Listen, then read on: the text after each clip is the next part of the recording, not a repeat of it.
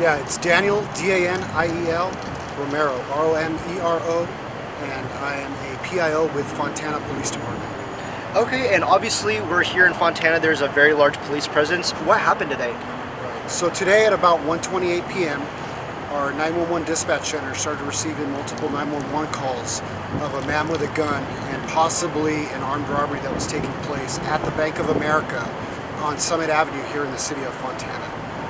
We had numerous officers in the area.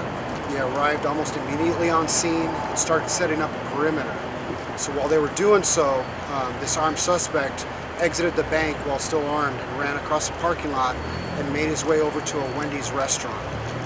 Our officers switched over and started setting up a perimeter at the Wendy's restaurant, and while doing so, this armed suspect exited the Wendy's and began to run towards the back of the building.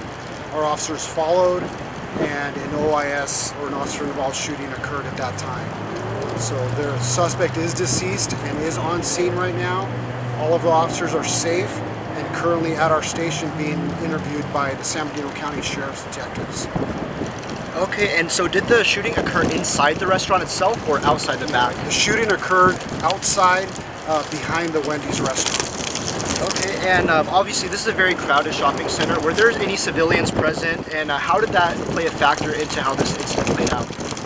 Obviously this is the middle of the day. The parking lot was full and there was a lot of civilians out there. So a lot of things went right for us, being that this suspect didn't try to take anybody hostage or carjack anybody.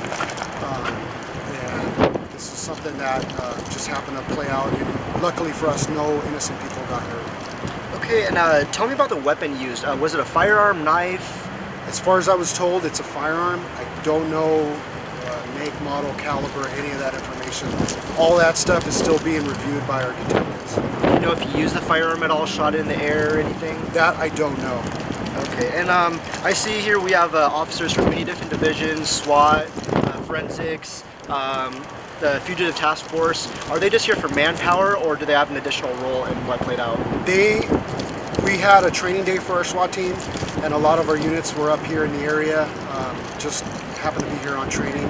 So when this call went out, everybody responded. And it just so happened that these were the officers that got here on scene. That's why you see so many different divisions here. Okay, and so at this point, how does your guys' investigation primarily play out? So everything gets locked down, obviously, and our investigation gets handed over to the San Bernardino County Sheriff's Department. They are going to lead the investigation and handle all of the officer-involved shooting interviews. Okay, and so if the public has any details or information or tips leading up to the case, is there a phone number they should contact or anything that Yeah, they should... absolutely.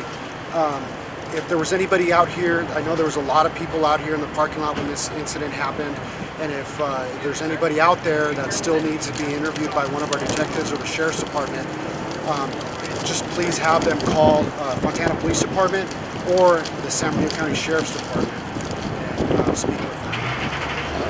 Awesome. Thank you very much for your time, sir. Yeah. Appreciate it. And also, can you say how many officers discharged the weapon? Was it a single officer or were there several? There was multiple officers that fired the weapons. I don't have a number for you. Okay, perfect. Thank you, sir. Thank you very much, sir. Cool.